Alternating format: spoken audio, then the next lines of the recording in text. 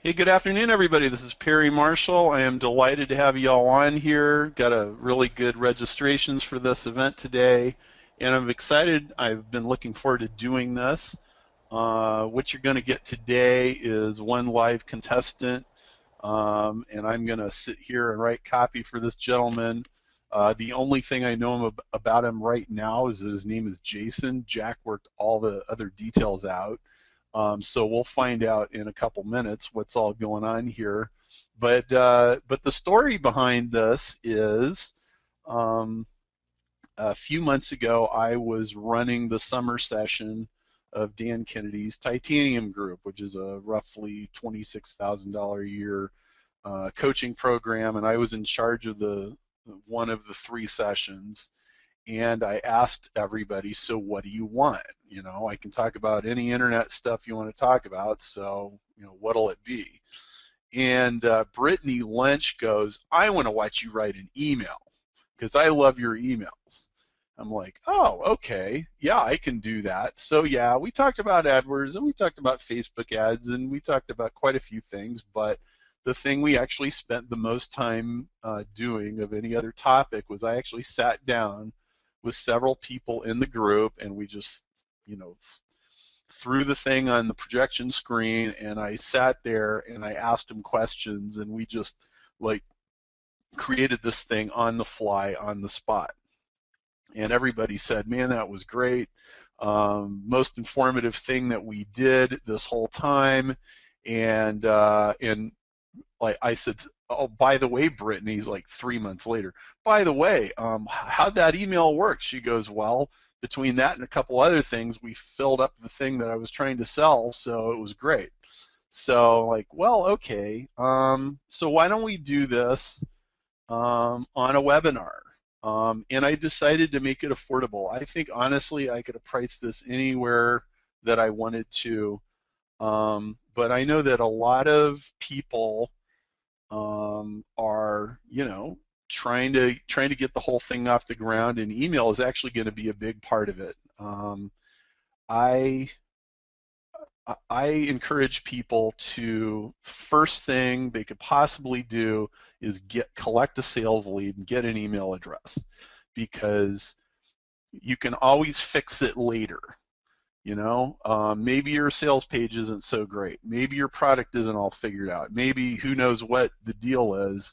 But if you have their email address, you at least have another shot at them. There's all kinds of good reasons to do that. And I still believe that email is the center of the universe, but you have to be good at using it, or people will very quickly figure out they don't want to read your emails. And even if they don't unsubscribe, they will mentally unsubscribe and they'll never even notice you again. It's like, I don't know what you call it. It's like banner blindness, but it's in the email box. And every time you see that person, before your thinking brain even has a chance to think about it, your lizard brain goes, no, I don't really like their emails. And they don't even see you anymore.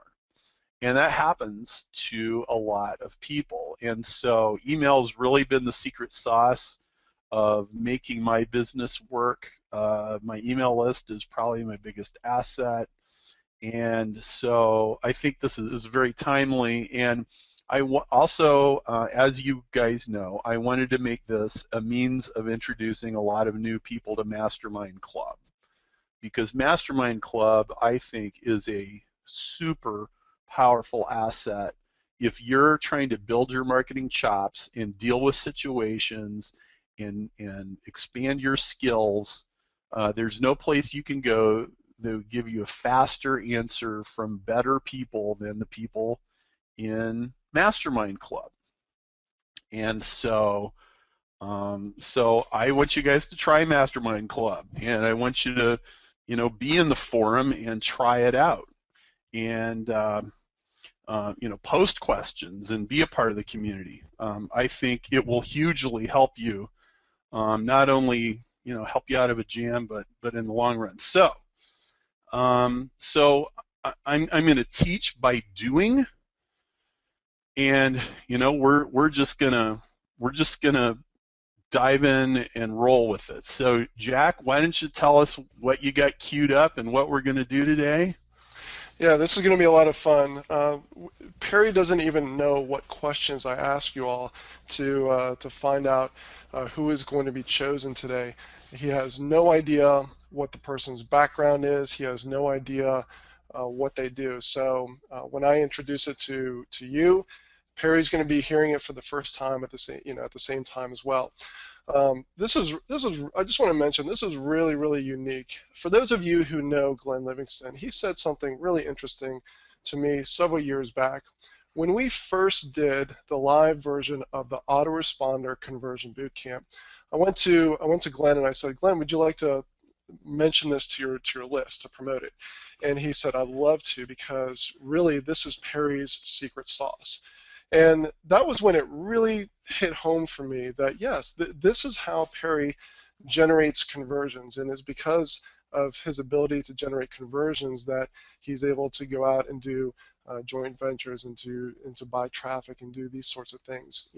So for those of you who are familiar with the tactical triangle that I came up with, conversions are extremely important for you to be able to go out and buy traffic. So I just wanted to mention that real quick. You're seeing Perry do what he really, truly excels at, and you're going to get to see him do it live in front of you. Now, my job is to ask him questions that really draw out of him, well, why are you doing that, and why are you doing this? If you've got questions while we're going through this, certainly type them into the question box, but just please understand that, I'm managing a couple different things at the same time. I'm watching what Perry's doing, I'm listening to Perry, and I'm going to be watching the chat box. So if I don't see your question right away, just please be patient. It's not that you're being ignored, it's just I've got a lot of things I'm trying to juggle at the same time. So with that, maybe we shouldn't commit that Jack can answer every question that pops into that box, but he'll certainly answer the most important ones or bring them up, yeah. Right? Yeah, we certainly can't answer every single one, but I definitely will be looking over there. So let's go ahead and jump in. So victim numero uno. This is I hope I don't butcher your name, Jason. Jason, go ahead and unmute yourself and say hello. But is Jason Hornung? Is that how you say it? Jason, you there? All right. So Jason, chime in when you're there. We can't hear you yet. Let me go ahead and scroll down just to make sure that Jason is truly unmuted. So, yep, he's unmuted. So Jason, as soon as you get your audio unmuted, chime in. But let me go ahead and show what sort of questions that we ask, because like I said, Perry doesn't even know what questions that we ask. So question number one, there was a question about Perry. So complete the sentence. Perry, my ideal customer is blank, and the big problem that they need solved is blank. So what Jason said is, Perry, my ideal customer is an independent insurance agent, and their big problem I solve is overpaying for unqualified, cold, and resold internet leads.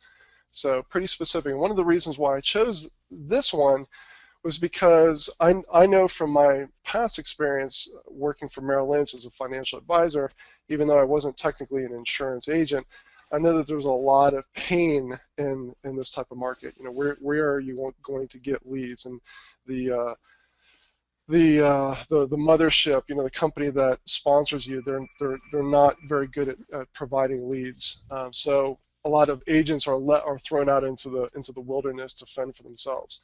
So question number two, Perry, I solve my ideal client's biggest problem or frustration by selling. So this just gets to the heart of what is it that you sell.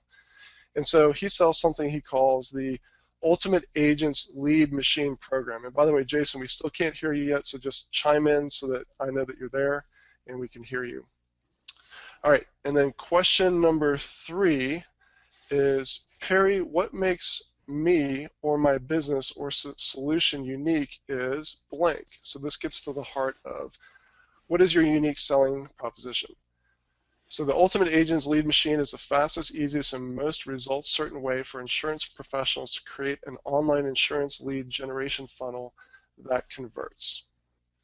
All right, so question number four is, Perry, I'd like you to write an email that persuades my ideal client to take the following step or action. So I gave a couple of examples. Do you want them to attend a webinar? Do you want them to call your office, buy something online? What is it that you want them to do? And so in this example, it was to buy my program online. And question number 5, Perry, the type of person I cannot help or don't want to work with is someone who isn't willing to spend money on marketing. And question number 6 is, what is the lead magnet you use to entice someone to opt in? So why did I ask this? Well, I asked this because I thought it might help Perry to continue the conversation that was started on the first contact with the client. I guess technically the first contact would be the ad or the email that got them to the landing page, but I wanted to find out, so what brought them in, what enticed them to give their contact details over? And so his answer is, I thought this was really good, a free video that reveals how to ethically and legally steal leads from the lead companies for just pennies. And so here's an example of his homepage. I'll let you guys look at.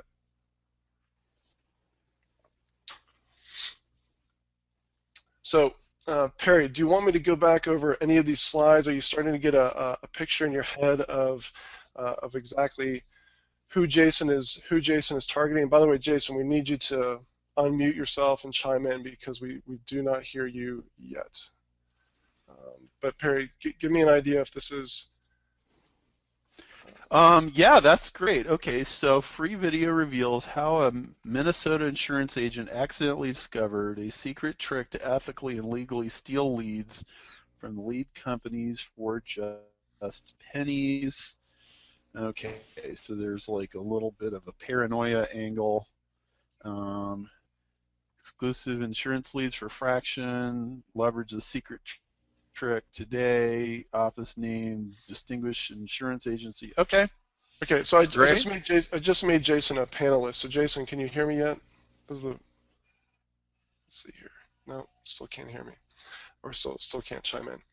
All right, well let's go with this one, and I actually have someone else standing by so that if we're not able to talk to Jason, that we can bring someone else in on the line if we're having continue. I told him to call in on the phone. Let me see if I can see Jason. Oh, let's see.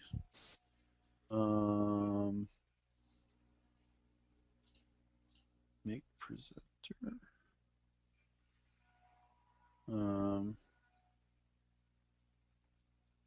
So while Perry's looking at that, I'll just go through the questions again because someone did ask me to go back through the questions. So question number 1 was, Perry, my ideal customer is blank and their big problem they want solved is blank.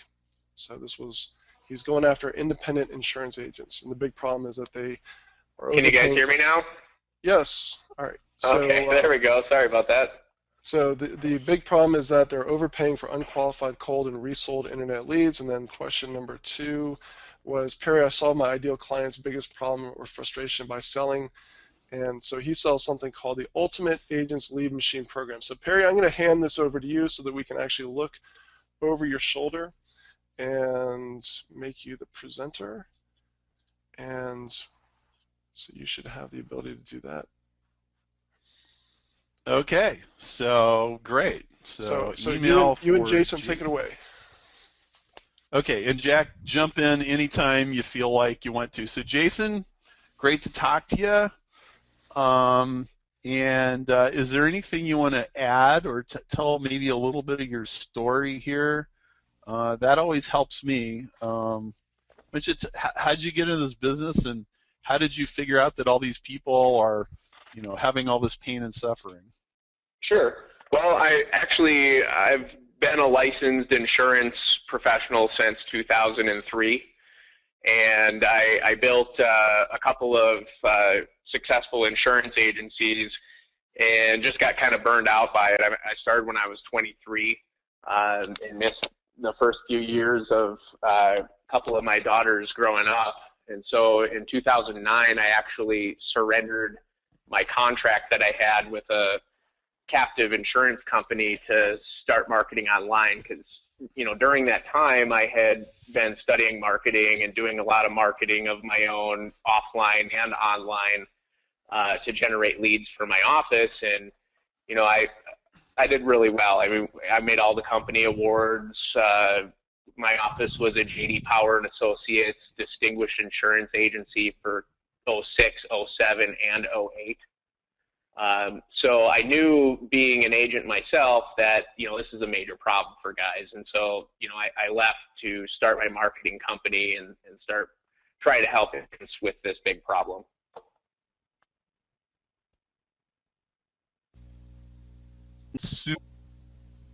So Perry, I don't know if you put yourself on mute, but How much of a problem was this for you personally? Like, were you the guy, you know, agonizing, you know, bologna sandwiches and ramen soup and all that stuff? Oh yeah, I mean, it was a major problem. You know, I spent, you know, my first few years in business, I grew my office by pretty much doing cold calling and pounding the pavement, you know, 70-hour plus weeks. And that was like the first, you know, 3+ years of my business. And I just got so burnt out from that. That's when I started studying marketing and trying to figure out how to attract people to me. Okay, so if I was to parachute into your office during that 3 years and listen to you pick up the phone or get a lead and do something with it, to give a Stephen King granular, you know, ugly detail. Sure. You're in a Stephen King novel. Tell me about the monster. Well, I haven't read any Stephen King novels, so it doesn't resonate with me. But all right. Your life was a horror movie, right? Well, I'm sitting in front of the phone, and, you know, I'm trying to force myself to make 100 calls an hour. And, you know, every time I look at that phone, it's just staring back at me saying, you know, you can't deal. Everyone's going to say no. No one wants to talk to you. People hate you calling. And so I was fighting that constantly. But I'd pick up the phone and make the calls, and, you know, you get a lot of hang-ups and no answers and rejections. And then finally you get somebody through and you do a quote for them. And if, you know, you go through the whole process, and if you're not lower by at least $20 a month on their insurance, they don't want to be your customer. And so it's just this cycle of going through that every single day for several years. Like, I just didn't want to get up and go to work anymore. I was depressed, angry all the time. I mean, it was horrible. And did this dominate the conversations with your wife? Yeah, if there was any. Right. Okay. And by the way, how long ago was this? This was from 2003 to 2006, early 2007. Perry, you mind if I jump in and ask a question or two? Jump in. So are the folks that you're selling to, are they still pounding out the phone calls, or is that something that's been legislated out? Well, no, because a lot of guys are doing the phone calls, but the other problem that I had is it was right when people started buying internet leads, when these lead companies would come in and you could buy these leads. And what would happen is you'd get a lead that was sold to like 6 or 7 other agents at the same time. And so you'd have to pick up the phone to the person right away, do a quote for them, and hope that you're the lowest price. And it puts you in this really bad positioning with the prospect. You're just kind of like this deal chaser that's going around hunting people down and emailing them. And it really ticks off the prospect, and it's hard to close deals. So, you know, that's more where people are now, is on that side, but they are still doing cold calling, whether it's, you know, on the phone to businesses, or, you know, if they scrub people for the DNC or, you know, if they're out knocking on doors and trying to get in front of businesses. That's what a lot of agents still do these days, because the home office training done by the insurance companies is so antiquated. You know, they tell you, they basically have, I call it the old school agency building formula. And so what they tell you to do is go out and they do this Project 100 where you get 100 names of your closest friends and you basically beg them to do a quote for you. You send some company-approved mailers each month, which the marketing on that sucks, and you hardly get any response off of it. You just waste your money. They tell you to cold call, get a good location, and go out and meet some business owners and network. Maybe do a networking group, and then they start adding on buy some internet leads on top of it. And that's all they teach people for marketing, and none of it works, and it's very frustrating and ineffective. Now, I remember when I was working in the business a long time ago, that it was, I mean, basically from the home office's perspective, you were just a cog in their wheel. I mean, it was all sunshine and rainbows when you came in, but basically, like, they knew that 80% of the people were going to wash out, and so one day you come in the cubicle next to you where your friend Bob was. Bob's no longer there. He left to go do something else. And you just felt like you had the exploding collar around your neck. Any second now it was going to get popped. Is there any of that going on in the office? Yeah, absolutely. I mean, I worked for captive insurance companies, so I mean it was even worse because they get you in promising within 5 years, if you do what they tell you, you're going to be making $250,000 a year, and with a captive agency, I started up my own agency, so there was, financial commitment involved in that, and you put up a lot of your own money and your credit to get your own office space and all this stuff. And yeah, it's, they just, what they do is they throw a whole bunch of people against the wall and they see who sticks. I mean, they told us that specifically. So what was something, whether it was cold calling or calling the internet leads, what is something that you secretly did, or that other people secretly did, to avoid the awful rejection and just skullduggery of the job, but you would never admit to your boss? It was like you felt guilty about it, but you were doing anything, you were coming up with any reason or excuse not to get to actually picking up the phone and calling. Yeah, I mean, I'd go and meet with people that I knew and mostly just kind of hang out with them. They knew they had no intention of buying insurance with me, and I knew they weren't going to, but it was kind of just going and making it look like I had activity and, just to get them off my back. And was that partly because you had to put numbers up on a big whiteboard and you had to say, here's how many appointments I went on? And oh yeah, our district manager would make us send in this stupid spreadsheet every week where we had to tell them how many people we met with and how sales we had and all that. Perry, does it sound like these wounds are still? Yeah, man. This is like going back to Amway all over again. I know. You know what? It's also like in Lord of the Rings where the people work in the dungeons for the orcs, with all this machinery and everything, and it looks like, the edge of hell or something. Like, oh man. Yeah, like I'm getting triggered. I'm probably going to have a counseling session when we're done here. Which is good, by the way, getting me back in that zone like, oh, this is vivid. Okay. So I'm feeling the pain here. Okay, so Jason, this is great. Jack, good job queuing up. This is going to be fun. Okay, so Jason, tell me, so the people that this email is going to go to, where are they in your sales funnel, and what have they heard and seen so far? I saw your landing page. Yep. So what I was going to do with, I guess there's a couple things I could do with this particular email. So, I mean, one of the places I was thinking about putting it would be in my autoresponder after they've already opted into that page that you've seen. What happens when they opt in there is I redirect them to a VSL where I show them a trick that I developed for basically funneling PPV traffic off of the lead company's websites to their own landing page and basically stealing those leads for pennies. Oh. Okay. And I offer this training course for $7. It's just to get some buyers on my list, really. Okay, that's a good strategy.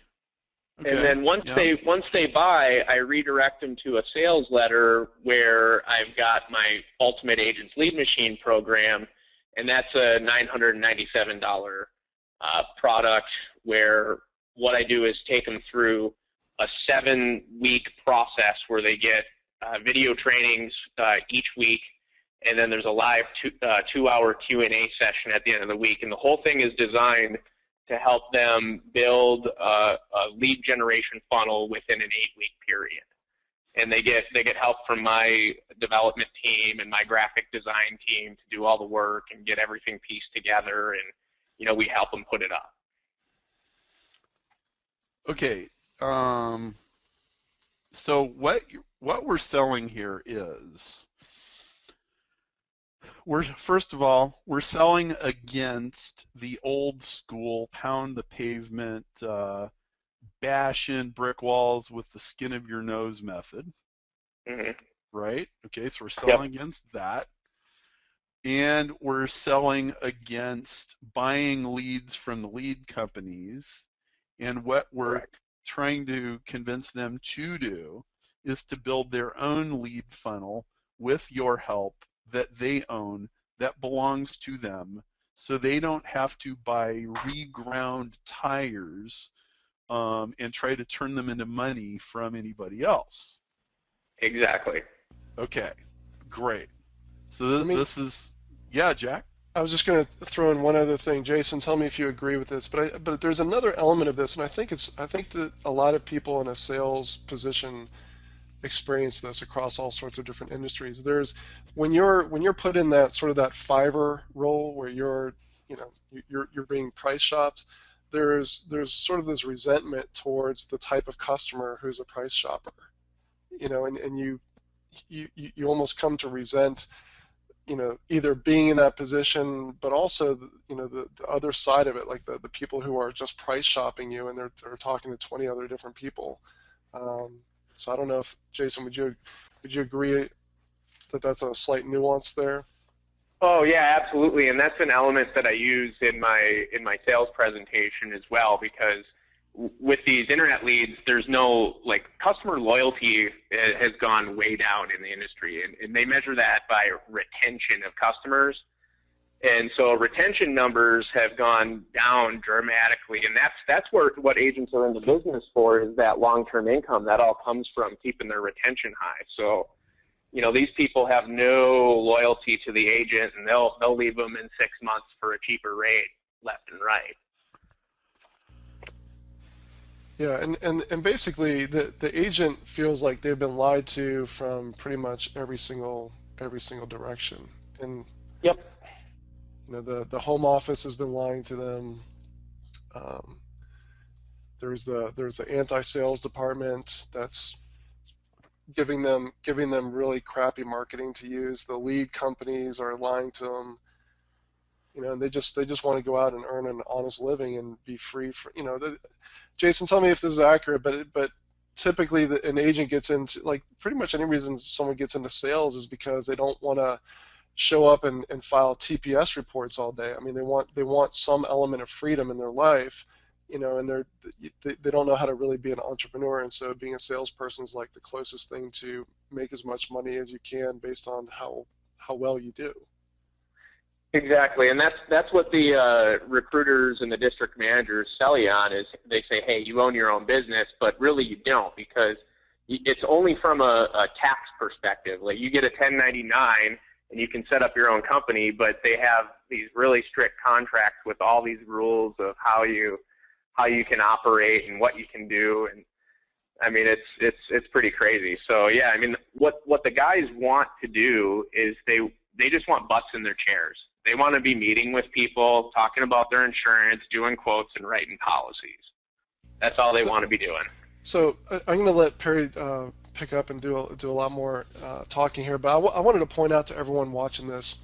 So as we've gone deep into the psychology of who they hate, why they got into the business in the first place, how these different problems affect their family life and things like that. You've heard the different avenues that we've gone down, and we could probably go 2, 3, 4 layers even deeper, and we could create multiple different emails. The thing that I really want to point out is that at this point, it almost doesn't matter what Jason is selling in terms of, is he selling leads? Is he selling a set of DVDs? Is he selling, it doesn't, or is he trying to get people to come to his agency? I mean, it could be almost anything. We're starting with the psychology of the audience. The audience has a significant problem, and that problem has a ripple effect through their life. So I just wanted to point that out. Yes, well, absolutely right. Perry, I guess I realized I didn't really answer your last question to me. So I guess this email, where I'd really ultimately like to put it is in my autoresponders. So after somebody bought the $7 product and they didn't buy the $9.97, I want to get them to take action and buy the $9.97. Okay, so what we're going to do here is I'm going to take some of the stuff that you gave me and turn it into a story whose job is to punch their emotional hot buttons as hard as possible. But I want you to understand that you can tell this story different ways over and over again, and this really isn't a one-shot deal. Okay, so I'm going to take a particular path through all this information you gave me, but I'm probably only going to use 20% of it. But that's not to say that what I don't use isn't also very useful. Okay? Okay. So the place I want to start with is one of my favorite formulas is right here: problem, agitate, solve. Okay? And so amateur copywriters, what they'll do is they'll say, hey, I've got this great thing. I'm going to show it to you, and it's going to make your life wonderful. And it's got all these features, and you're stupid if you don't buy it, and it's got this awesome guarantee, and like it's all happy, happy, joy, joy. Okay? What a professional copywriter does is he enters into your long, dark night of the soul. Okay, yep. And so one of the, I think the best acting job I've ever seen in a movie is Heath Ledger being the Joker in The Dark Knight.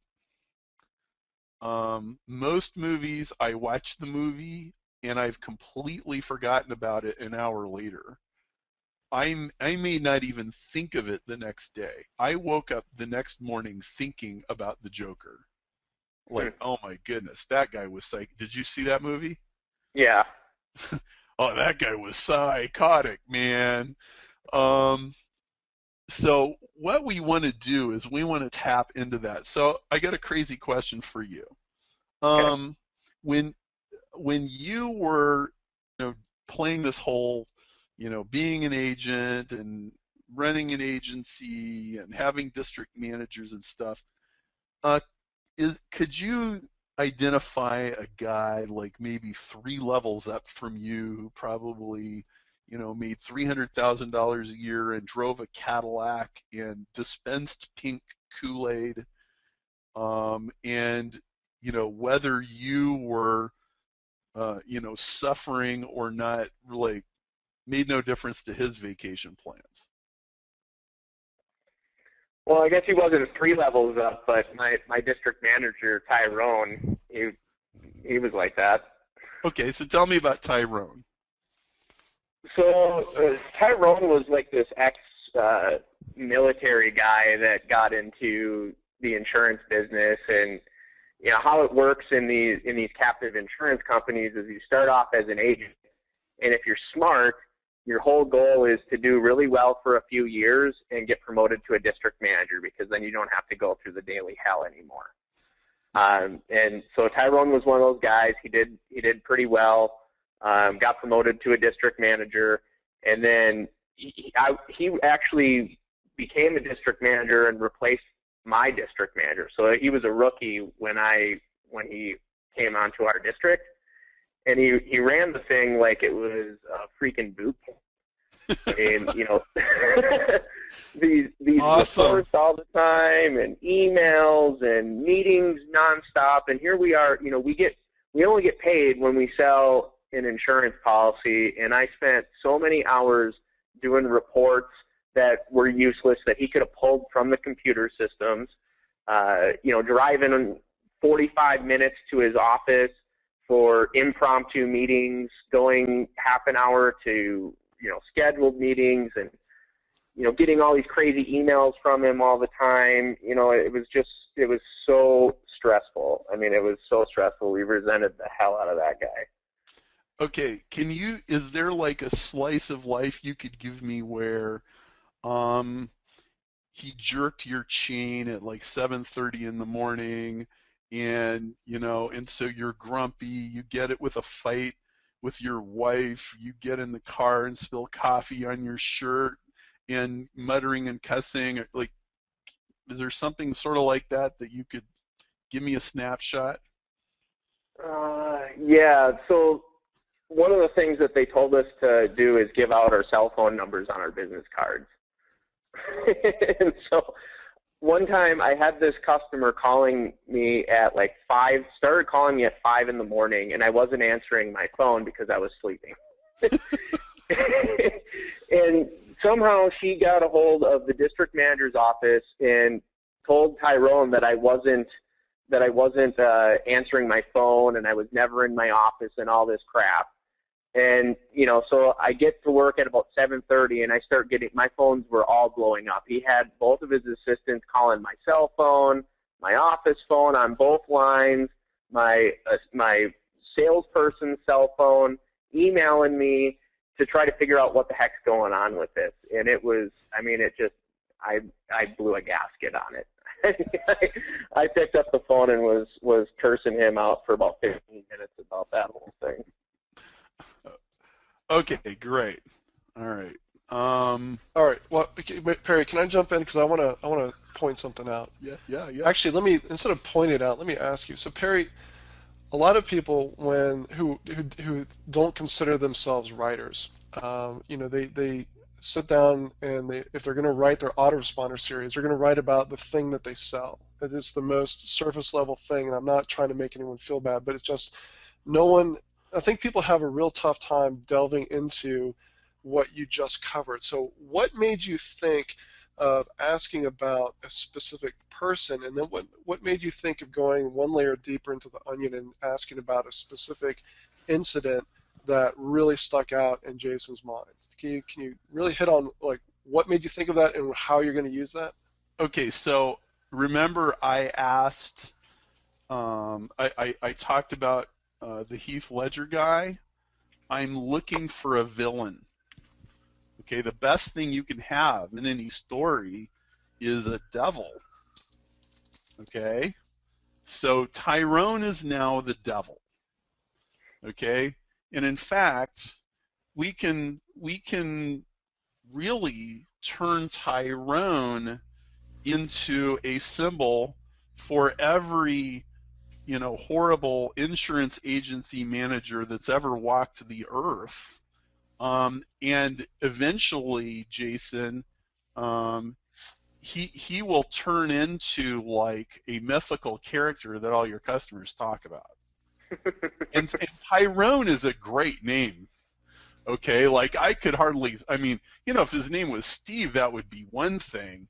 But Tyrone, my goodness, can you give me a little physical description of this guy? Yeah, so he's an African American guy, probably 6'3", 6'4". I think he was like almost 3.5 bills. Almost. Oh, really? 350 pounds. Yeah, oh, 350 pounds. Yeah, he's a big guy. Okay, and was he like really excitable? Like everything's a crisis? He would jump to conclusions real easily, but for the most part, he was calm about things. Okay. Did he have any like weird little tics or mannerisms? Yeah, every time he'd ask you a question, he'd like tilt his head to the side and look at you with these like really big, wide, steely eyes. Okay, so he's like well schooled in the art of intimidation. Yeah. Okay, perfect. Okay, so um, I'm just gonna wing it now, and let's try an angle here. Okay, so Okay. let's try this subject line. Get Tyrone's boot off your neck. First name. Um, Let me tell you about my district manager. Um, Actually, let's now. So just so I'm already going to edit this. Okay, so I got a something here that I want to explain. Most of the time, the first thing people write is what John Carlton likes to call clearing your throat. Most people don't actually get to what they really want to say until about 2 or 3 sentences or sometimes 2 or 3 paragraphs into what they wrote. This is normal. Even good experienced copywriters do this, okay? Now, let me tell you about my district manager is kind of a clearing the throat, okay? I could probably start off with something more engaging than that. So here's what I want to do. I'm going to go, my district manager, Tyrone, was 6'4", 350 pounds, ex, what branch of the military? I believe he was, shoot, I don't remember. I think it was Marines. Ex-Marines, okay. Um, uh, Cold eyes and a steely glare that could kill fungus on the spot. When he'd ask you a question, he would tilt his head to one side and give me some other like intimidating detail about how he would talk to you. Well, he'd tilt his head to the side and he'd like fold his hands together and he'd ask the question in like this really condescending tone. Okay. And ask condescending questions. One time he said, Jason, fill in the blank. Give me like something where he stomped on you like a bug.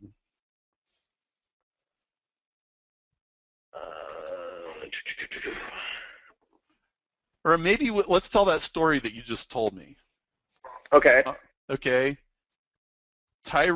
Tyrone insisted that I put my cell phone number on my card.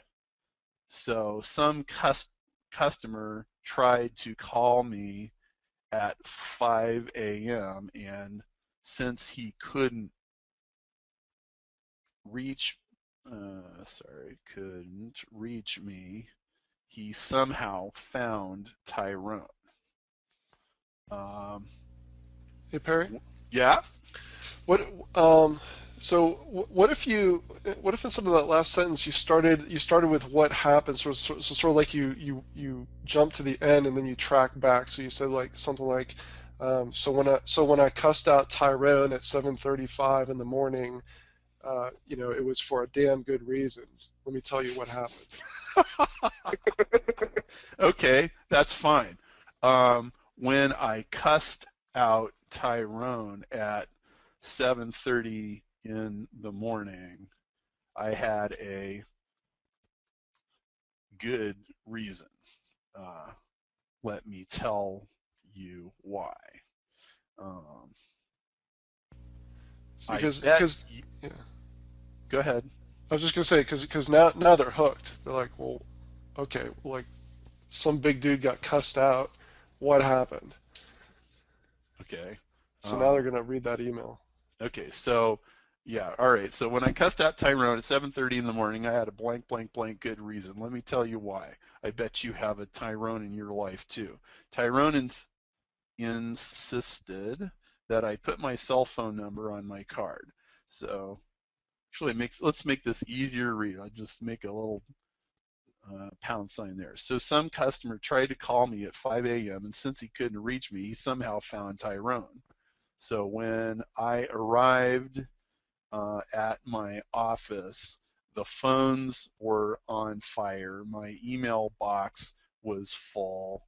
Uh, my my sales assistant had a bunch of messages for me, and Tyrone was furious. Tell me something Tyrone said to you. Uh, he he said, "Have you been coming into the office or what?" Let's see. I don't know. One bad. What's that? Let me see. What else did he say? I think he said, "Jason, what the hell is going on?"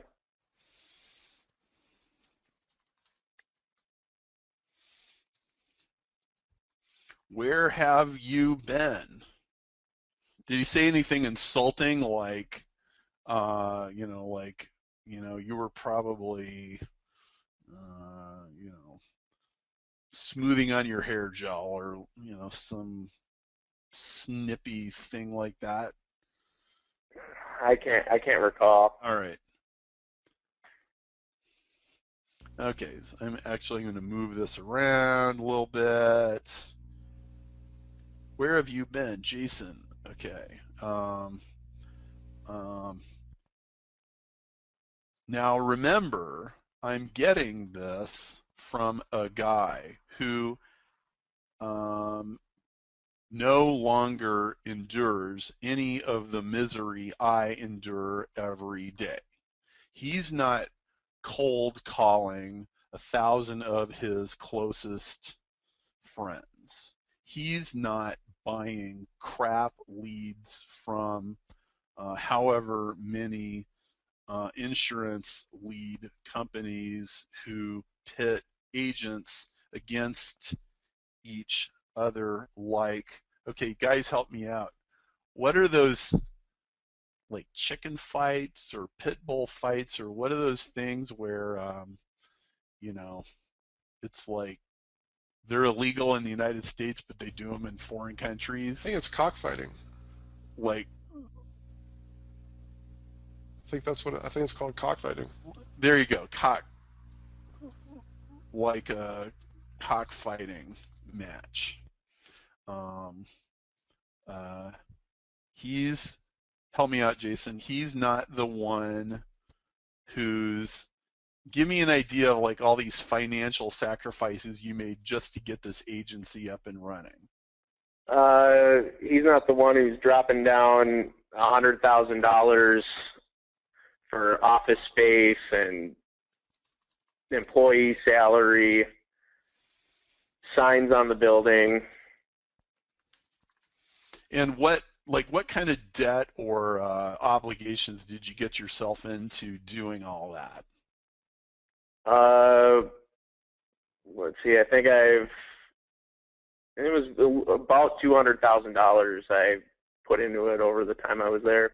And where did you get the money?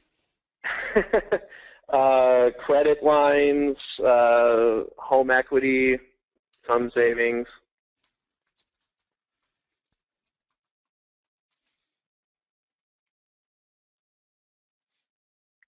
Okay, draining the savings account. Who did that? I did.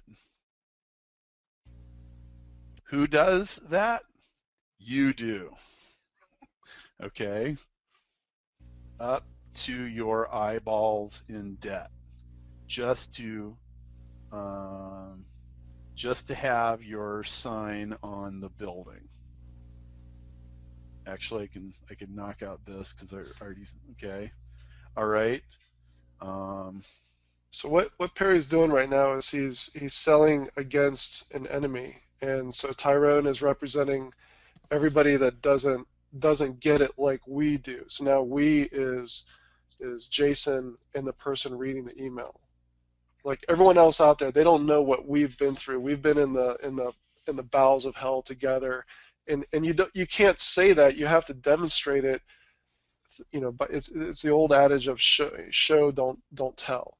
You can't say to someone, I'm an honest guy. You show that you're honest through the stories that you tell, or even better, the stories that others tell. And so you can't say like I'm just like you, because people have their filters set up. Like, I don't know you. This is the first email I've received from you. How do I know you're just like me? But you tell a story like this, and they realize, wow, this guy's just like me. Yeah, so exactly. So I've got to show him. Jason, can you give me like a little piece of bling from Tyrone's life that he used to demonstrate the world that he was successful? Oh yeah. So one of the things that they really push you to do is sell life insurance, because that's where they make all their money. And I found out later that the whole business model with driving agents through their system, they push the life because they know if they get a guy to bring on at least 50 life insurance policies, they'll be profitable even if he's long term or if he's gone short term. And so inside the company, it's like this real prestigious thing to make the company a life insurance sales award. And they have two different levels of it. And depending on what you get this gaudy Jostens ring. Okay. And so the highest level, they call it Life Diamond. And so he would always wear his Life Diamond ring, and everything was all about, each year you make it, you get to put another diamond in that ring, and they let the district managers keep doing that as long as their district meets qualifications for the numbers of agents that make the life award. And so his whole thing was all about getting another diamond in his ring every year. Okay. All right. So let's see. Tyrone had what was the name of this ring? Life Diamond ring. A Life Diamond ring with a stone for every year that he made what club? The Life Diamond Club. Let's say he cleared his quota for life insurance. He got his ring and his diamonds even if the agents who sold the policies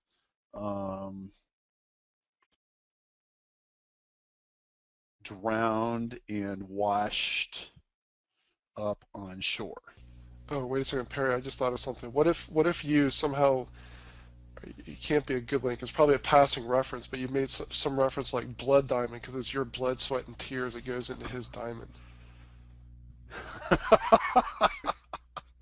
I called it a blood diamond because I knew every bit of the blood, sweat, and tears it took to sell one of those policies.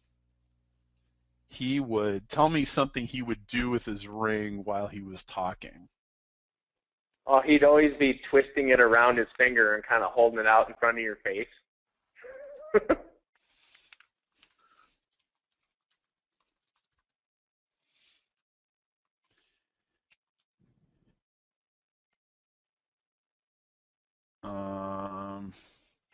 He would twist that thing around his finger the whole time he leered at you and talked down to you.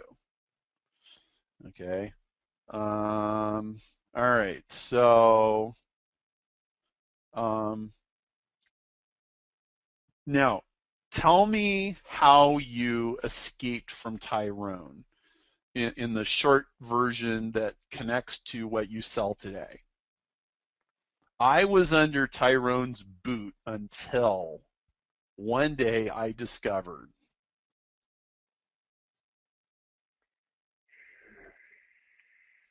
Yeah, basically it would be, I was under Tyrone's boot until I figured out how to generate my own leads on autopilot. I lived with my neck under Tyrone's boot until the day I discovered how to generate leads for myself. Buying leads from the insurance scrap yard never worked. Tell me something else. Calling 1,000 of my closest friends, parentheses, and putting their names on my weekly call report never worked. Give me one other thing that never worked, because I like threes. Yeah, sending out company mailers never worked. Sending out offers of free road atlas to strangers in the mail, mailing out offers of free road atlas and other company approved marketing crap, right? Yep. Strangers never worked. Generating my own leads, that worked. Now, are we going straight to a sales letter here? Are we going to some webinar, or what is it? What's your most effective thing? I'd want to drive them right back to the sales letter. Okay. All right, so that worked. Give me like another tiny little slice of, in the space of X to Y weeks or months, I went from X to Y performance, leads, appointments, whatever. Help me there. Sure. So, I mean, it was within 45 days of when I started generating leads. I went from buying about 15 to 20 leads a week to getting 50 to 100 coming in automatically. To 50, how many? 50 to 100. Okay. And I went from, and I want you to give me something, chasing all these people around, to sitting in my office, having the next appointment come in, whatever. Give me a flavor of, less striving. Oh, sure. So, I mean, basically, I went from having to chase people around, begging them to do a quote, to having my calendar full with preset appointments all day long. And if I can interject, I think there's another element of this, which is respect. I mean, they're silently begging for respect, because when they're chasing people and they're getting crapped on by the people that they call, they're getting crapped on by their sales manager, they just, their self-respect gets banged up like a beat up old clunker. And so they want to be looked upon as a professional, like someone whose time is valuable. Absolutely. I mean, the thing we joke about when I was an agent is, I mean, you're really looked at worse than a used car salesman, but you're no less important to people than a doctor or a lawyer. But insurance agents they'll drive halfway across town, burning up their gas to make a $20 insurance sale. Okay, cool. Give me like one or two little things that was the first experience of getting respect after that happened. Ideally, one from your wife or family and one from professional. Okay. Let's see. Respect for my wife. So I'm, it's Or kind friends. of oh, okay. Like something from your personal circle, but I mean personal respect or approval or something like that.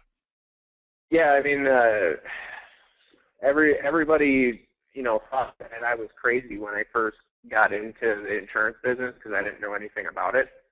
Okay. And they all thought I was going to fail. And Right. so once this started happening, like everybody, really treated me a lot differently. Okay, so what's the first sign that anybody close to you had that this was actually working? How could they first tell?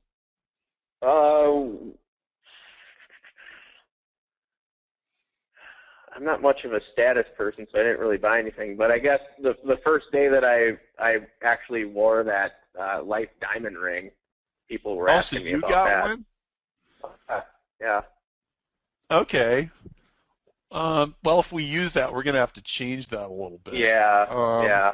But okay. Well, like, was there ever a like, Well, 2 I months think I later, got my one. wife, I took my wife somewhere for a weekend, and like we could actually afford to spend $50 on dinner or what you're going to say, Jason? Oh, I was going to say, when I got that first JD Power award, that was all over. That was had press releases and news and stuff, and people saw that on the news. So how long did that take? After I started getting leads, it happened the same year that happened. So late Jason. that year, when I got the JD Power Award for what? They call it a distinguished insurance agency. Hang on, Jack. Insurance agency. When the press releases went out, and what did you say about TV? Yeah, there was up on the local TV. And it ran on the local TV station. I started getting respect. Jack, what were you going to say? Was there something that either your wife or your kids or someone in your family said to you that really sticks with you, like when this change happened? Not really. Okay. I was just in the same way that sometimes we remember really painful stories like Tyrone, yelling at you for not having your cell phone on the card. Maybe your wife said, it's great. Maybe she finally said, I'm proud of you. And that was the first time she'd ever actually said it. I mean, I don't know. I'm not trying to put words in your mouth. I'm just trying to give you an idea. Yeah, we are digging for some. We got to find something. There is something. I just don't know what it is. Yeah. When did you first feel in your inner space things had changed? I mean, less stress, able to hire a babysitter, your wife stopped doubting, or maybe she always believed, but somebody else didn't. Well, she always said that she believed in me, but I could always tell that she was just kind of putting on a good face and was really nervous behind all of that and didn't think I'd actually be successful. But I mean, once this started happening and things were consistent, then I could tell there was a change in her, but she never said anything. How could you tell? Just by the kind of the way that she carried herself and the look on her face. It was all nonverbal? Yeah. Okay, is there a definite nonverbal sign that you saw at some point that we can describe? Well, she started smiling at me again. Okay, so like, can you remember a time when you noticed the smile? Yeah, one day when I came home, she was actually smiling at me when I came in the door. One day I came home at about what time? Like 6:30. 6:30 p.m. And when I walked through the door, my wife was smiling at me. Um, how about tell me if this is right. I hadn't even realized how long it had been since uh, I'd seen that smile or how much I missed it. Yeah, Is that true? yeah, that's true. Okay. Um, You guys hear that emotion that when Perry asked him that question? I mean that really hit to it. And here's what Perry's doing. Perry's drawing out of Jason the diary page, or possibly several diary pages from his audience's life. And I really want to reemphasize something I touched on earlier, which is we're not talking about how his leads are guaranteed or what his USP is. We're not talking about how he delivers them faster or he doesn't resell them. We're not talking about the pricing of his leads. We're we're reading a page from someone's diary and it's hitting them right in the heart. And that's when someone knows this guy is, you don't have to say I'm different. I mean, it's just clear as day. This guy knows me. He is me. yes, absolutely. So it was really important for me to deliver two emotionally charged examples of how it felt to get respect. Okay, so this is really important. In 45 days, I went from 15 to 20 leads per week to 50, 100 per week. And I went from chasing those people around, begging to do quotes, to preset appointments uh, where they came to me all day long. One night, I came home at 6:30 p.m. and when I walked through the door, my wife was smiling at me. I'm going to capitalize that. I hadn't even realized how long it had been since I'd seen that smile or how desperately I had missed it. Later that year, when I got the J.D. Power Award for my distinguished insurance agency, when the press releases went out and it ran on the local TV station, I started getting respect from everybody. You work hard. You deserve respect, a lot more than you actually get. Um, the fastest way to get the respect you deserve and the smile from your spouse that you so badly crave is to own the sales machine, not be the sales machine. That's good. Hmm. Okay? Um, I'm dead serious.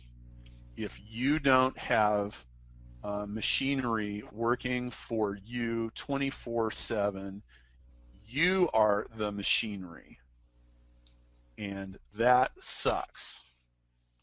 Um, maybe you're not even sure if my system works.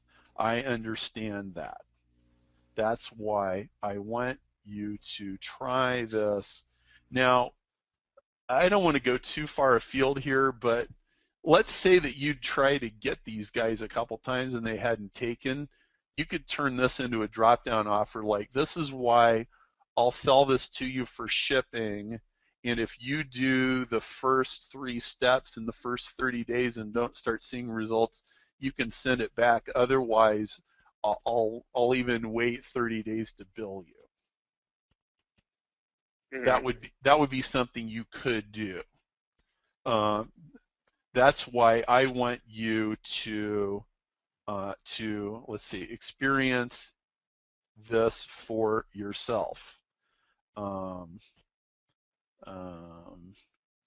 In 30 days, you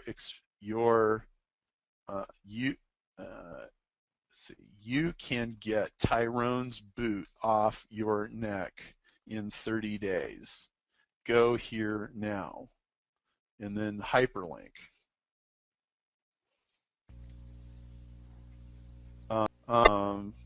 Okay. Hit save. Yep. Hit save. Okay, so I saved. So now we're not done yet. Okay. Because we got some refinement that we need to do. This is pretty important. So we got the basic story down. So I'm just going to read through this. I'm going to read through it out loud because when you read something out loud, you really hear the stuff that's wrong. Okay. Get Tyrone's boot off your neck. First name. My district manager Tyrone was 6'4", ex-Marines, 350 pounds, cold eyes and a steely glare that could kill fungus on the spot. When he'd ask you a question, he would tilt his head to one side and ask you condescending, humiliating questions. When I cussed out Tyrone at 7:30 in the morning, I had a blank good reason. Let me tell you that. Actually, I'm going to erase this. I bet you have Tyrone too. That's too early. Tyrone insisted, I'm probably going to insert it later. Tyrone insisted I put my cell phone, get rid of that. By the way, I'm going to start getting rid of words I don't need. This is part of making copy easy to read and a pleasure to read. Tyrone insisted I put my cell phone number on my card. Some customer tried to call me. Let me get rid of that. Some customer tried to call me at 5 a.m. and since he couldn't reach me, he somehow found Tyrone. So when I arrived at my office, the phones were on fire, my email box was full, my sales assistant had a bunch of messages for me, and Tyrone was furious. Where have you been? Jason, what the blank is going on? Now remember, I'm getting this from a guy who no longer endures any of the misery I endure every day. He's not cold calling 1,000 of his closest friends. He's not buying crap leads from however many insurance lead companies who pit agents against each other like let's say cocks in a cockfight. In a cockfight. He's not the one who dropped $100K for office space and employees, taking out lines of credit, second mortgages, draining his savings account. Who did all that? I'm going to put that. Who did all that? I did. Who does that? You do. Up to your eyeballs in debt, just to have your sign on the building. Tyrone had a life diamond ring. With a stone for every year, he cleared his quota for life insurance. He got his ring and his diamonds, even if the agents who sold the policies drowned and washed up dead on shore. I called it his blood diamond because CUZ. Obviously, I sound like me. You might want to change this to sound like you, but I like that word because I knew every bit of the blood, sweat, and tears it took to sell one of those stupid policies. He would twist that thing around his finger the whole time he leered at you and talked down to you. He really did look down on you. I lived with my neck under Tyrone's boot until the day I discovered how to generate leads for myself. Buying leads from the insurance scrapyard never worked. Calling 1,000 of my closest friends and sticking their names on my weekly call report never worked. Mailing out offers of a free road atlas and other company-approved marketing crap to strangers never worked. Generating my own leads, that worked. In 45 days, I went from 15 to 20 leads per week to 50 to 100 per week. And I went from chasing those people around, begging them to do quotes, to preset appointments where they came to me all day long. One night I came home at 6:30 p.m. and when I walked through the door, my wife was smiling at me. I hadn't even realized how long it had been since I'd seen that smile or how desperately I had missed it. Later that year, when I got the J.D. Power Award for my distinguished insurance agency, when the press releases went out and it ran on the local TV station, I started getting respect from everybody. You work hard. You deserve respect, a lot more than you actually get. The fastest way, I'm going to interject something, okay? Working harder will not get you respect. It will kill you slowly. No, the fastest way to get the respect you deserve and the smile from your spouse that you so badly crave is to own the sales machine, not be the sales machine. I'm dead serious. If you don't have machinery working for you 24/7, you are the machinery, and that sucks. Maybe you're not even sure if my system works. I understand that. That's why I want you to experience this for yourself. You can get Tyrone's boot off your neck in 30 days. How do you do that? Question mark, go here now. And then you got a link.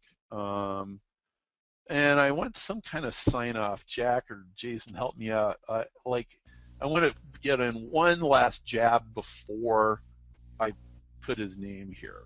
Well, my sign off that I use in my autoresponders is "To the victor belong the spoils." Oh, I love it. To the victor belong the spoils. Be the victor. Jason Hornung. How's that? Yep. Okay. That's incredible. Okay. Now, yeah, Jack, go ahead. No, go ahead. I wanted to point out some things that are some fine nuances, but I don't want to interrupt your flow. Okay, so now I want to do something. I get this little tool I hope everybody uses because it's really powerful. PerryMarshall.com/grade. It scores the grade level. I'm gonna paste this in here, and you just go to PerryMarshall.com/grade. I have it bookmarked on my browser toolbar here, and so I just go there. I paste the text in. I click check text readability. Okay, so let me explain what's going on here. Okay, grade level 4.1, age 9.1. Okay, this is good. So let me explain this. If I went to USA Today and I took an article that was in USA Today and I pasted it in here, it would probably come in at grade 10, age 15. If I went to a scientific journal, it would probably come in at grade 20 or 25. If I took a typical textbook from a typical college class, it'd be like, age 20 or grade 20 is, it's grade 15 or something, meaning this is an indication of how hard it is to read what you wrote. Now this is really important. I sent out an email on Saturday and I talked about speaking to your reader's lizard brain. And I talked about, Budweiser commercials put gorgeous chicks on the screen because the picture of the gorgeous chick rubbing the guy on the shoulder, it like goes right past your thinking brain to your lizard brain. Now when you're writing, you need to talk to the person's inner fourth grader or their inner 9-year-old or 10-year-old or 8-year-old, not their inner high school grad or college grad. This is really important. Now, the way I wrote this, I wrote it habitually, and it came out at 4th grade the first time. When I started doing this, I had to work at it. Okay? So, the higher the grade level, now, this is really just measuring how long your sentences are, how many syllables the words have, and it's really basic stuff like that. And it's like, it's not ingenious and, it's not thinking or anything, but it does give a pretty accurate idea of how complex your text is to read. Okay? If this reads at grade 12, it's hard to read. If it's hard to read, frankly, nobody's going to read it. The people that do read it, they'll be thinking with their brain instead of feeling with their heart. They're processing information with the front of their brain instead of letting the back of their lizard brain carry them along, and everything you do becomes much harder. Okay? It's almost impossible to get people to make decisions when they're operating at grade 20. What they will do at grade 20 is they will submit it to some kind of committee meeting, either figuratively or literally, and the meeting will never end. Okay?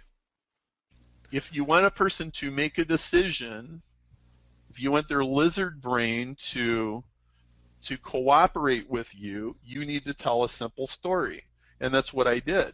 So a lot of you, when you use this tool to grade your writing is going to come in at like grade 11 or grade 12, because the sentences are like 20 or 25 words long and they twist around, and if you look here, what I've done is everything is in short, simple, straightforward sentences. My district manager, Tyrone, was 6'4", ex-Marines, 350 pounds. Okay, even a fourth grader understands that. Cold eyes and a steely glare that could kill fungus on the spot. A fourth grader can understand that. I purposefully break things into short sentences and short paragraphs to make these easy to read. Okay? You know what here, let me show you something. I'm going to go to wallstreetjournal.com, and I'm going to show you, I want to demonstrate this. Perry, as soon as you're done doing this demo, there's some people have asked some really good questions that I want to make sure that we have some right time on. We will absolutely do that. So, sorry for the waiting for the website to come up. While that, so I'm gonna, if I take this and I paste it in, sorry. All right, so I just grabbed some text there from the Wall Street Journal, and I open up another window on my grading tool, and I paste it in there. Grade 15, age 20. Okay, there you go. If your copy reads like the Wall Street Journal, you're not going to sell anything. And so it's actually really important, and actually it's not just because you got a high grade level doesn't mean you're smart, by the way. A smart person can explain a complex topic to a fourth grader, and a less smart person really struggles to do it. So anyway, so I've gone through here. You see that my paragraphs are short, the sentences are short. If we're sitting here and we're reading it this wide, by the way, when I send out emails, they look like plain text, but they're actually rich text, and they're in a table that's about 400 pixels wide, which is about as wide as you see on the screen. So this is easier to read. See, this is hard to read. This is easy to read. Okay? You don't want this. You want this. This is really important. And the last thing I want to mention, these other scores, you can look them up, but basically you want all these numbers to be low. You want a low fog score. You want a low smog index, and that means it's easy to read. Okay? Now, another thing here is the U to me ratio. Now, Jason, you're telling a story, and it's about yourself, so you're going to talk about yourself more than you talk about the other person. Now, we could actually go back and we could find ways to talk to the reader about himself or herself more, and it would make this ratio better. If you're not telling a story about yourself, it should actually be 2-to-1 or 3-to-1 more about your reader than you. If all your copy is me and my and we and our, it's wrong unless you're telling them a great story. So now, Jack, go ahead and let's go with the So questions. bring back up your text file, please. Yeah. So a few points that some of you may have caught, but I want to make sure that everyone gets this. So first of all, there have been many parts during this process where Perry dove down to tell me about a specific person or about a specific event. And you've probably heard about the power of storytelling.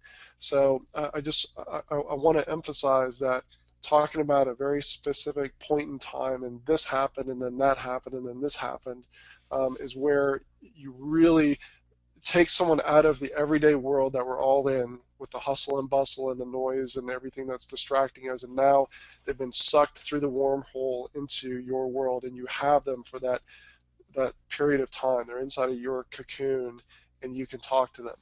So talking about a very specific thing that happened with a very specific person and laying out the details is a very, very powerful thing. If you'll scroll down, Perry, scroll down to the very end. So what happens during the story is it's a story of transformation. And so he goes, so Jason talks about how he wasn't getting any respect and he was calling all these leads and he was pounding out the phone and getting yelled at by his manager and all this sort of stuff. And people can relate to that. But then at a certain point during the email, things have changed. His wife has smiled at him. He didn't even realize how long it had been. So there's this transformation. Well, what then happens very subtly at the end of this email is that it's the, if you would like to have this transformation too, and of course they do, then this is the path to do it. In other words, it's not me. I'm not really the special one. It's that it's this system or this methodology or this course or whatever it is. So you put it onto this thing so that it's now believable that if you don't have to have special skills, because what happens is a lot of the folks, especially if they're suffering a lot of massive pain, is that they believe that you can do it. They believe that the folks that you put out as testimonials that they can do it, but they probably don't believe that they themselves can do it. And so it really helps if you can make the case that this transformation is possible through this course or process or step-by-step system, whatever it may be, or through my service. And then what was the other thing? Oh, this is really, really important. So look at the sentence where he says, if you don't, let's see here, maybe you're not even sure if my system works. That sentence right there is one that a rookie copywriter would never put in there. And so that is really, really important, because what Perry's done is he's gone ahead and entered the conversation in the person's mind, and so look, maybe, and using the word maybe is very powerful, because it opens up the possibility, but it doesn't necessarily say you probably you definitely don't believe me. It's just saying maybe you're not even sure this system works. And so if someone is feeling that doubt, you've stepped back onto the same side as them. And you understand them even deeper. It's like, wow, this guy not only read a page out of my diary, now he's reading my mind. And so then you take them to the link. So those are some of the things that I wanted to point out. Now, before we go to some of the questions, I've been getting some great feedback from the everyone who's been on the webinar. Can you even if you've already typed in that this is great or this is amazing, can you go ahead and just type a quick sentence about what specifically you're loving about this? Because I'm just getting some emphatic comments with like 6 and 7 exclamation marks behind it. So I would really love to hear from you. Type your comment into the chat box and let us know how much you're loving it and why you're loving it. Yeah, specific. Like like Stephen King. Like Stephen King doesn't tell you that the monster was scary. He shows you that the monster is scary mostly by letting you hear what the monster says and what the monster is thinking. It's show, don't tell. And by the way, okay, so something about stories that's really important. This email is 657 words. It's a story of transformation of Jason. Jason's life was transformed from misery to majesty. Well, if it was a 2-hour movie and it was Rocky, or it was Luke Skywalker, or if it's Frodo, or if it's Batman, it's the same thing, okay? Everything starts bad and gets worse, okay? And it needs to get worse before it gets better, and hopefully gets really bad. You know, in this one, the climax is, my boss is calling me up, chewing me out. My phones are on fire, and he's sitting there rubbing it in, twisting his ring around in my face, right? And so it's a story of transformation, and every time you write copy, the copy is always really about the person you're talking to. It's not really about you. This story isn't about Jason. It's about the person reading it. And let's look at where the transition occurred. It occurred right here. So he's talking about how he got respect. As soon as it was like, yeah, and I got respect. And I even got my J.D. Power Award. So it's like the first respect was inside his personal space. It was his wife, and then the next respect was his professional life, and that is the order in which we live our lives. It always starts with our families and the stuff that's really close to us. Okay, so the concentric circles, they're in the correct order, and then suddenly I switched. Now all of a sudden, without warning, we're talking to the reader about him. You work hard. You deserve respect, and they can't disagree with that. A lot more than you actually get. Okay, but working harder will not get you respect. It will kill you slowly. No, the fastest way to get the respect you deserve and the smile. Now, I understand some of them are going, but I don't deserve respect. I know, but they want to deserve respect. It's the desire is there. So we're plucking their heartstrings, okay? And then I'm driving home a point. You have to own the sales machine, not be the sales machine, because back to this, problem, agitate, solve. If you don't have machinery working for you 24/7, you are the machinery, and that sucks. You know what? I could even say, are you tired of it yet? I could even stick that in there. I want to interject and mention that one of the things I wanted to tell you was that I don't even know if you know that you did this, Perry, but the part where you said don't be the machinery, own the machinery, that is a sound bite that long after they forget the details about, was it Tyrone Stone or Tyrone this, they'll remember that sound bite. Yeah. Doesn't make sense for me to be the machinery. I should own the machinery. And it's that type of thing that you can hit on in multiple different emails. And if you take all of the work, when you go back and listen to this, listen to all of the psychology that we're just digging by asking Jason questions, and Perry was asking this and asking that, and I was chiming in to unearth some other things. And so we got this deep, rich psychology of all the different things that are spinning around in the cauldron. And you should be able to see how this isn't just writing one email. It's not like we have to, so email number 2 is not, okay, well, let's go back to the well and start asking questions. We've got all of that material out. Now, we can go deeper, but man, we've got enough material to write 20, 25, 105 different emails, and you can keep coming back and just dropping that little line in there. Yeah, I remember the day that I realized, man, don't be the machinery, own the machinery. And like that little thing just like drips on them. Drip, drip, drip. Yep. And then finally they're like, man, I'm going to own the machinery. I'm buying. Okay, so let me some great comments have come in. If you haven't told us specifically why you're loving this, please chime in. Perry, I can't wait to show you all the comments that are coming in because people are just going nuts over this. So let me ask you, so Perry, some really, really great questions came in. By the way, Jason, if you're still there, how has this been from your experience watching this whole thing come together? Yeah, I mean, actually, to be honest, I've taken your autoresponder bootcamp course already, so I've got a pretty good feel on how you guys go through creating the emails. But typical training, you read about it, maybe you get to hear it, but being able to see it live, going through it, understanding, kind of getting into Perry's mind really about how the thought process behind how he's developing all these. I mean, I think that's the thing that is most crucial to me about this training. Cool. Okay, so let me dive into some of the questions. So so a question that kept coming up time and time again, Perry, was this: different variations of, well, what if I'm in a niche, or I'm serving an audience where I'm not their peer? I'm a man, they're a woman, or it's just a niche that I never was one of them.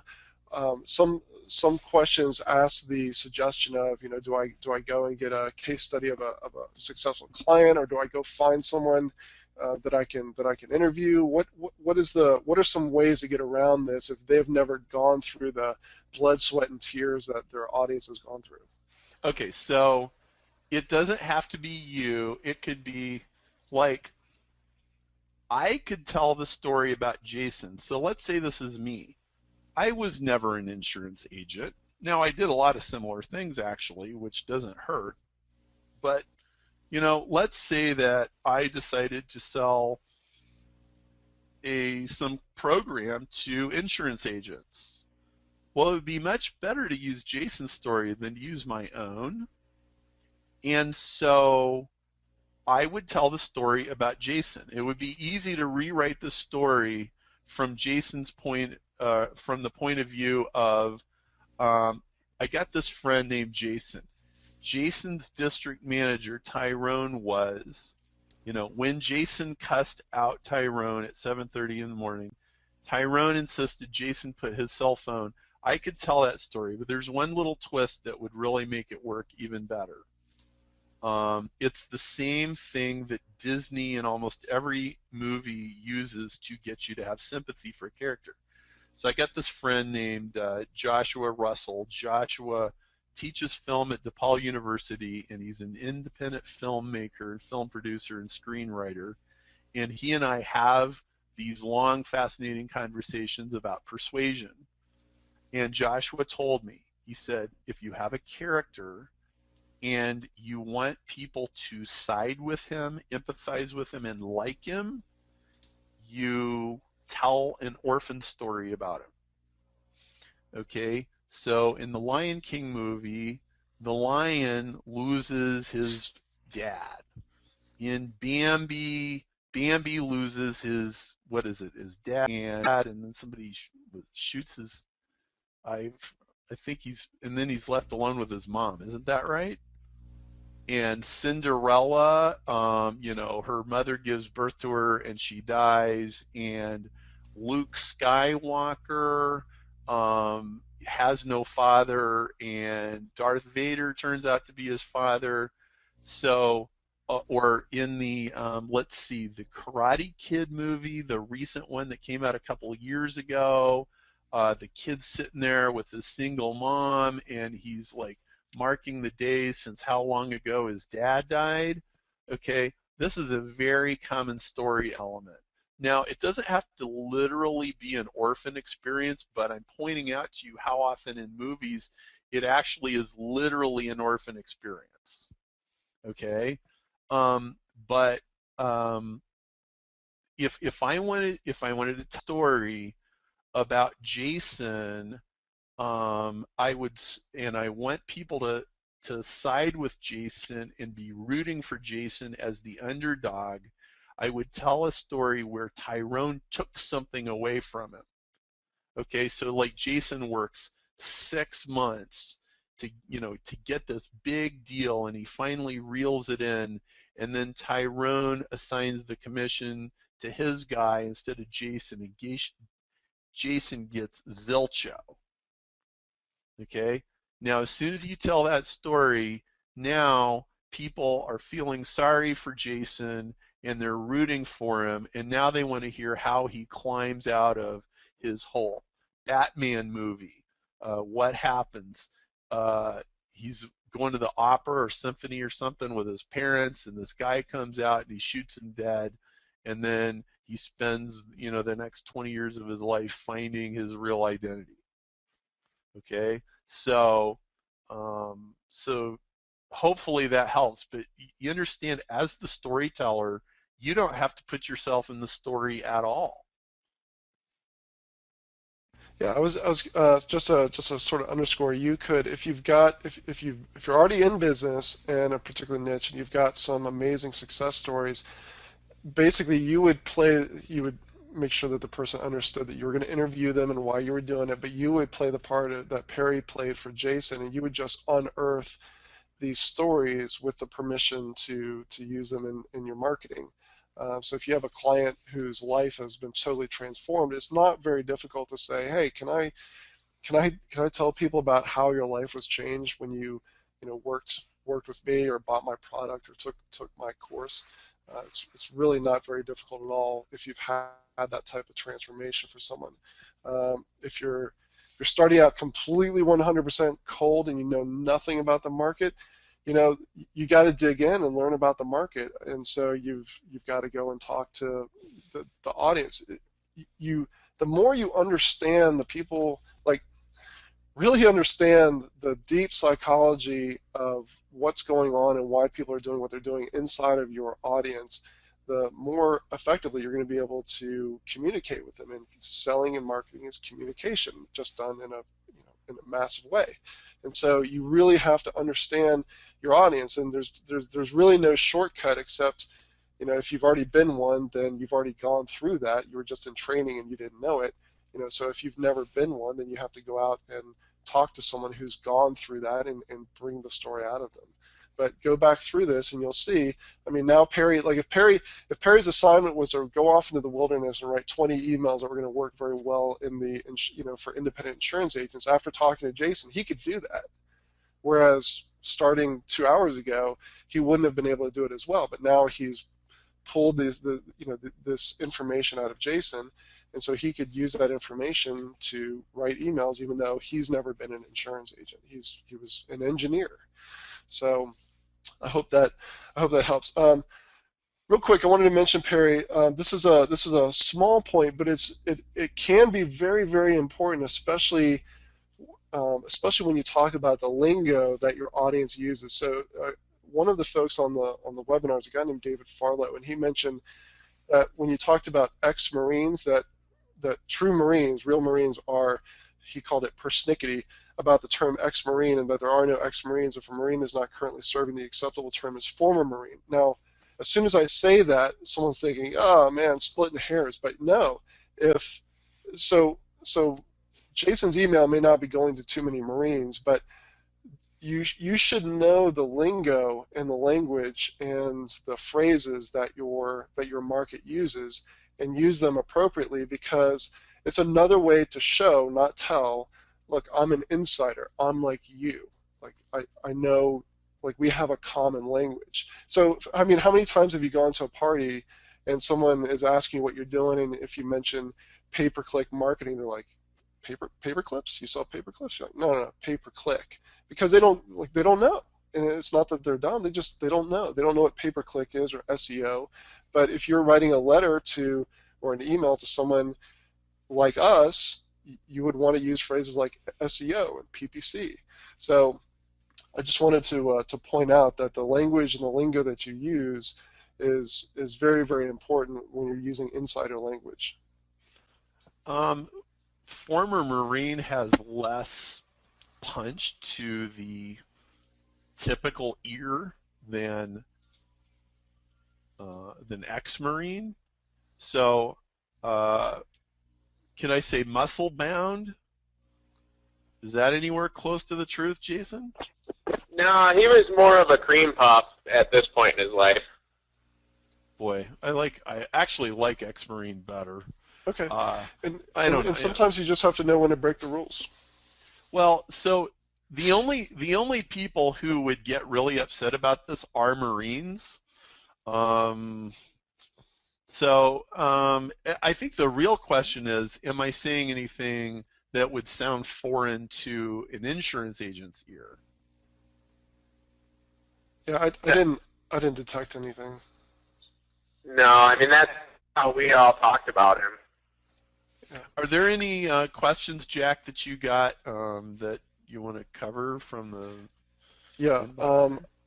I'm actually gonna have to. You guys can keep going. I'm actually gonna have to jump. But one of the let's see here. One of the questions was okay. So I mentioned that by spending so much time delving deep into the pain and the suffering and the hopes and aspirations that Jason's audience has, just as you will do with your audience, that you could. This isn't something that you have to start cold and do for a single email. Once you've done it, you can always get better, but you can essentially create multiple different emails. So Michael asked, okay, so could you give a quick example of how you could spin this into another email?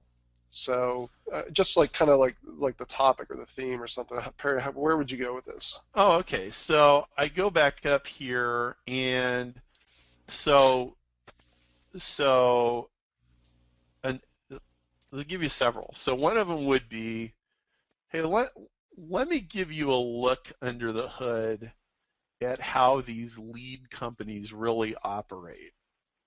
Now, Jason, I bet you could tell me a story where, yeah, I was at this trade show once and I had a beer with this guy who works one of these lead generation companies, and yeah, they say they only sell them 6 times, but they'll actually sell them 12 times, and they tell you they're brand new, but they're actually a month old.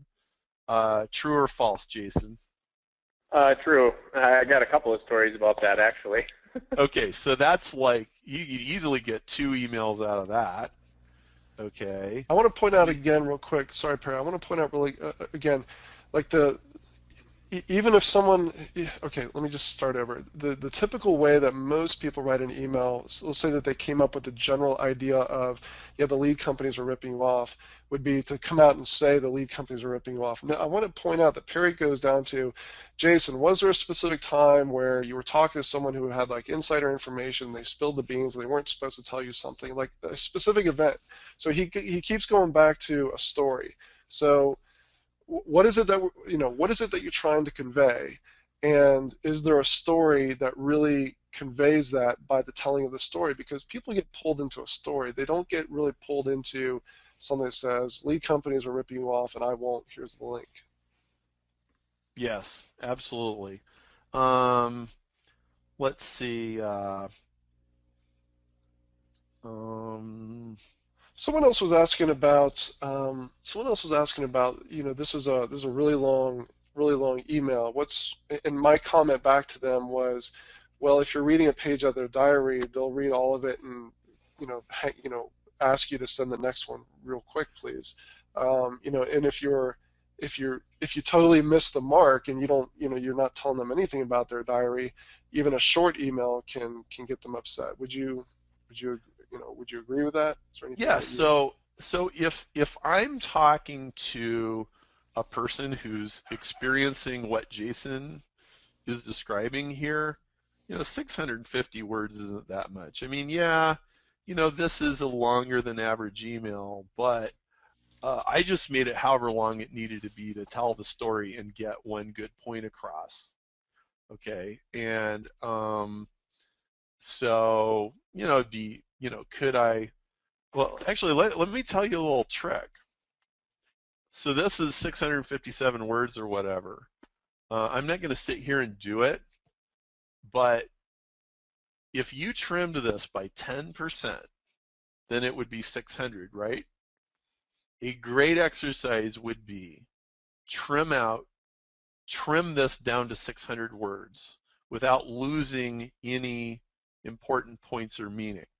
You could definitely do it. Okay. So like I added ex-Marine tough guy. I could actually get rid of tough guy and probably wouldn't lose anything. I could go cold eyes, period, a steely glare that could kill fungus on the spot. Um, I don't see a way to trim this out. Uh, uh, let me tell you why. Here's why. Okay? And I can compress, compress, compress, and I can chop 10% off of this, and it will read that much better.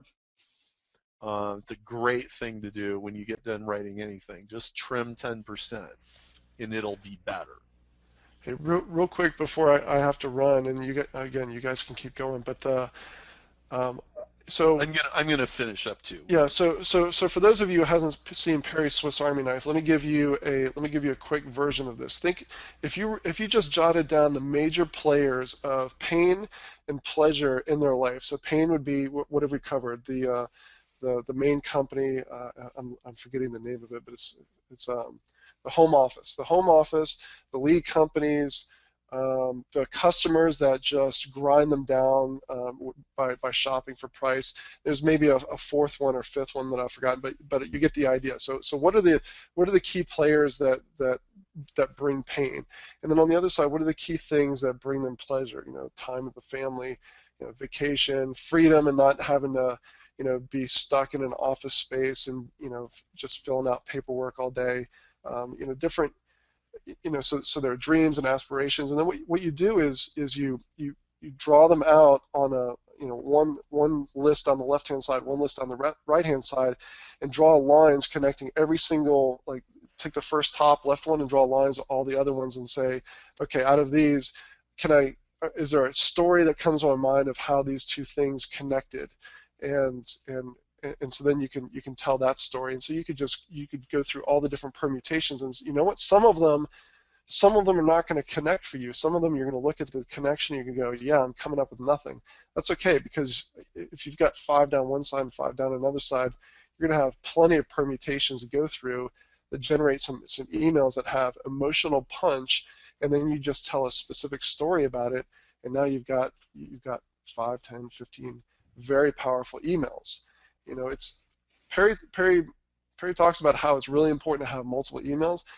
It's really important to have multiple really good emails that really hit people in the heart and really get them to realize that you understand what they're going through. So that's right. So hey Perry. Yeah. Can I jump in and just tell a real quick story about length of emails? Sure. That would answer that question. So I got the autoresponder boot camp about a year ago.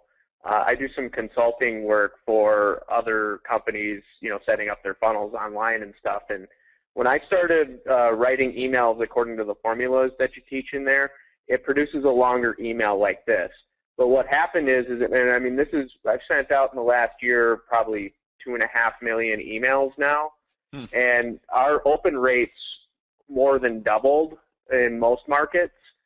And I can't even tell you the amount of replies we get back from people saying how much they love the emails and to keep them coming. We've had literally one person complain about the length of the email and say it was too long. But I mean, I can't even count the number of people that love it. And not only have the open rates, jumped through the roof, but we've made a lot more money too. So, Jason, that is the holy grail. See, when you get people saying, man, I love this email, it doesn't matter friggin' how long it is, like just connect with them emotionally, okay? And, we're going to jump off here in a minute, but I just, what Jack said was really valuable, where we can now take pieces of this and use them over and over again. We can talk about Tyrone. We can talk about Tyrone's boss. We can talk about Tyrone's vacation to the Virgin Islands. We can talk about his Cadillac. We can talk about the other argument and the other argument, and when he pounded your head in because your expense report wasn't in, and and on. You can go on and on about him. You can go over and over. You can go back and say, stop being the machine and get yourself a machine.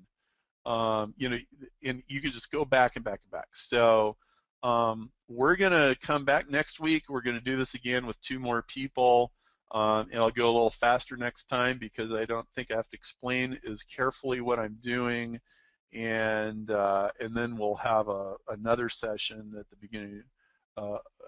Probably about a month later. So, hey, so that's it's been fun. So, Jason, great, and congratulations on what you just told me, because send out the millions of emails. Let's be entertaining and fun and relevant, eh? Absolutely. Cool. Well, that's all I got. Jack, thank you very much. Same bat time, same bat station next week, and great to have you all here. Thanks, Barry. Adios, everybody. Goodbye.